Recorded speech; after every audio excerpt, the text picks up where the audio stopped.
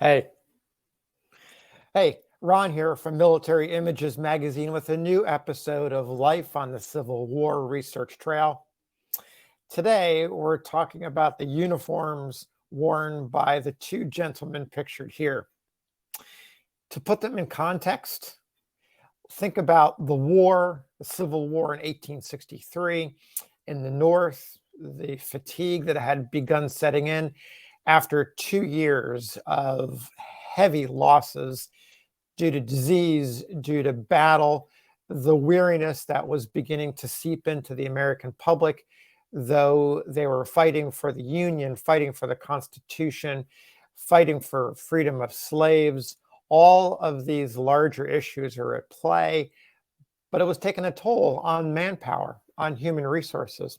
And so certain organizers across the country were looking for ways to promote recruiting and volunteerism.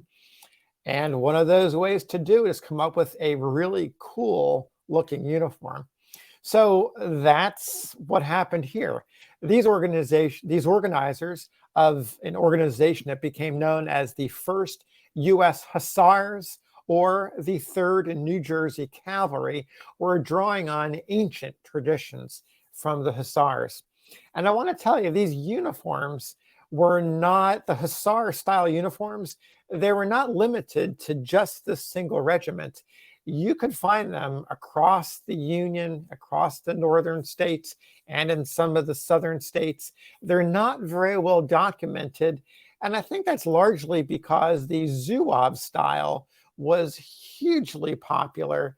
And that was definitely the most well-known, non-standard, non-blue, non-gray uniform that you saw in the ranks. So if someone was dressed differently in the Confederate or the Union Army, it was most likely a Zouave.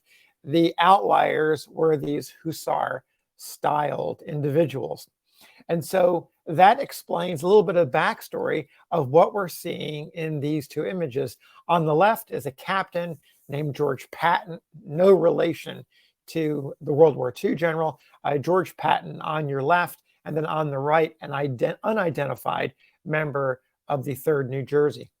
Now, those of you who know of the history of the Hussars and know of the particular connection with the 3rd New Jersey know that they were nicknamed the Butterflies.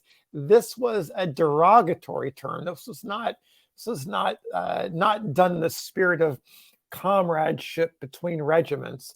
This was out and out ridicule. And you can see where that would come from.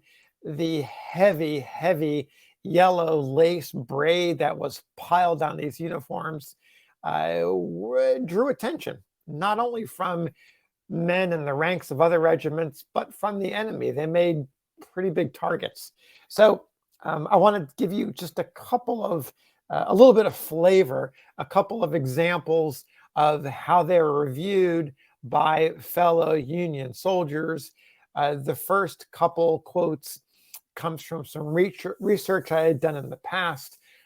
We've got one New Jersey newspaper who makes this comment. Expressions like this might be often heard on the march.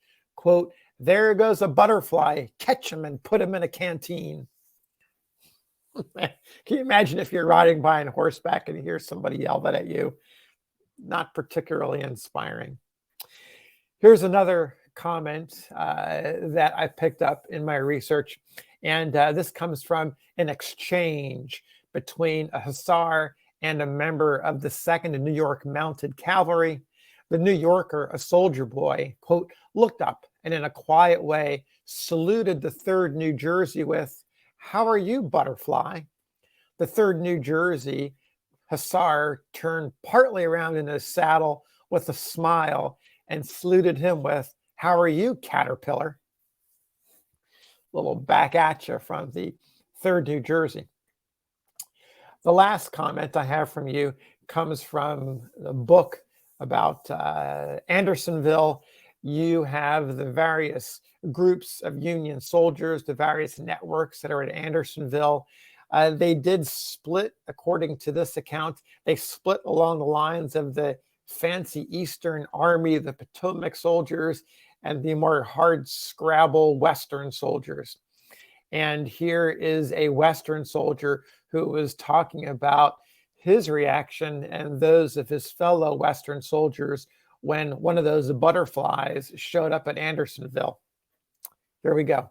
Quote, another uniform that attracted much, though not so favorable attention, was that of the 3rd New Jersey Cavalry, or 1st New Jersey Hussars, as they preferred to call themselves. The designer of the uniform must have had an interest in a curcuma plantation. Quote, that's turmeric if you need to check that out. A curcuma plantation, or else he was a fanatical orange man. Each uniform would furnish occasion enough for a dozen New York riots on the 12th of July. Never was such an eruption of the yellows seen outside of the jaundiced livery of some Eastern potentate. Down each leg of the pantaloons ran a stripe of yellow braid, 1 1/2 inches wide.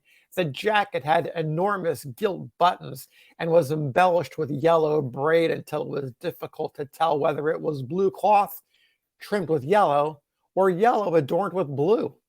From the shoulder swung a little false hussar jacket lined with the same flaring yellow.